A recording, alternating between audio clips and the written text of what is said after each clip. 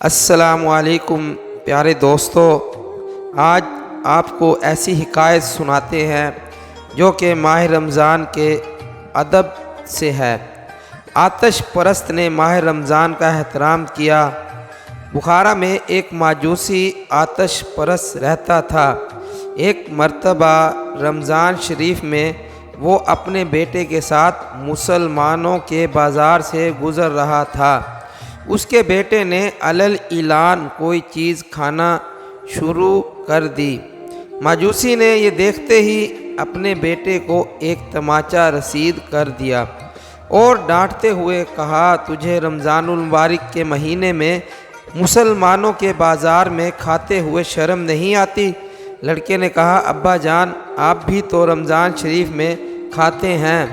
والد نے کہا، میں مسلمانوں کے سامنے نہیں، اپنے گھر کے اندر چھپ کر کھاتا ہوں، اس ماہ مبارک کی بے حرمتی نہیں کرتا۔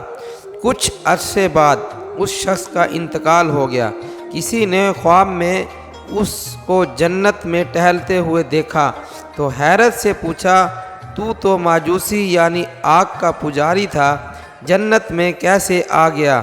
لیکن واقعے میں ماجوسی تھا، لیکن جب موت کا وقت قریب آیا تو اللہ تعالیٰ نے احترام رمضان کی برکت سے مجھے ایمان کی دولت سے اور مرنے کے بعد جنت سے مشروف فرمایا۔ میٹھے اسلام بھائیوں، دیکھا آپ نے رمضان المبارک کی تعظیم کے سبب ایک آتش پرست کو اللہ عز و جل نے دولت ایمان سے نواز کر جنت کی لازوال نعمتوں سے مالا مال فرما دیا۔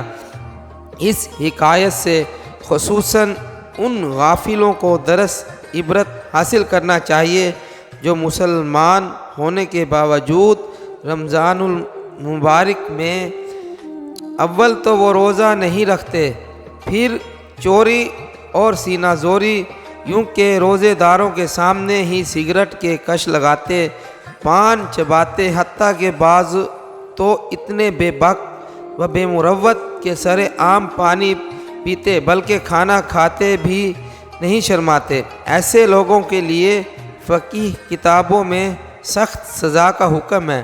میٹھے اسلام بھائیوں، غور کیجئے، خوب سوچئے، جب دنیا میں روزہ خوروں کی سخت سزا تجویز کی گئی ہے، یہ صرف حاکم اسلام ہی دے سکتا ہے، تو آخرت کی سزا کس قدر ہولناک ہوگی۔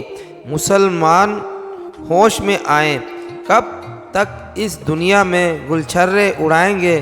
کیا آپ کو مرنا نہیں؟ کیا اس دنیا میں ہمیشہ اس طرح دندناتے پھریں گے؟ یاد رکھیے، ایک نہ ایک دن موت ضرور آئے گی اور آپ کا رشتہ حیات منقطع کر کے یعنی کاٹ کر نرم و آرام دہ گدیلوں سے اٹھا کر فرش خاک پر سلا دے گی۔ ہر طرح کے سامان طرف سے آراستہ و پیراستہ کمروں سے نکال کر اندھیری قبروں میں پہنچا دے گی۔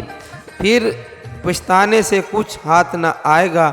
ابھی موقع ہے، گناہوں سے سچی توبہ کر لیجئے اور روزہ نماز کی پابندی اختیار کیجئے۔